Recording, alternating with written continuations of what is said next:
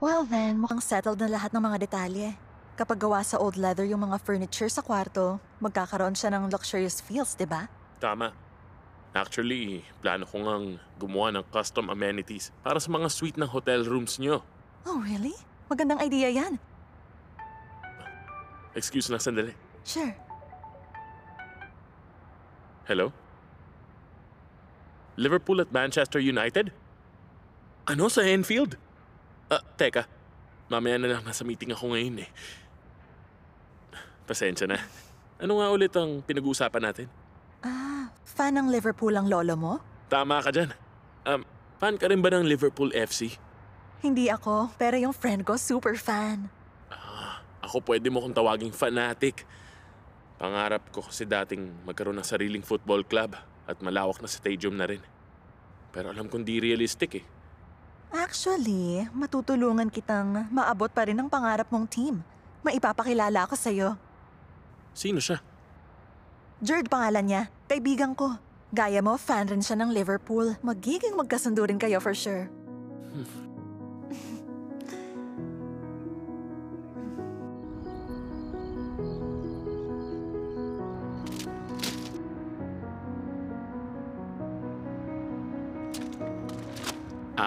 Ma'am, Jenna.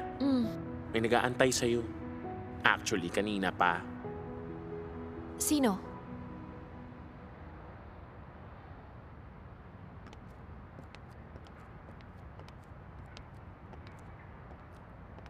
Magandang gabi, Jenna. You can call me Madam Kim Min-jong, okay? Ako nga pala ang owner ng Taeyang FC, isang South Korean football team. Bale, nakita ko kasi paano mo i-coach ang Talumpok FC.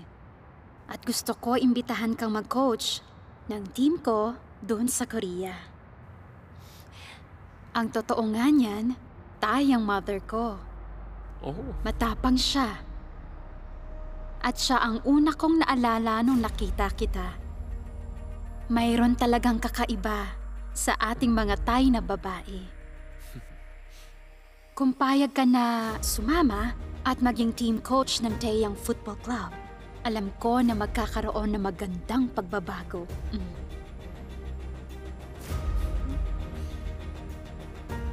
Bilang isang Tay, alam kong gagawin mo ang lahat ng buong puso.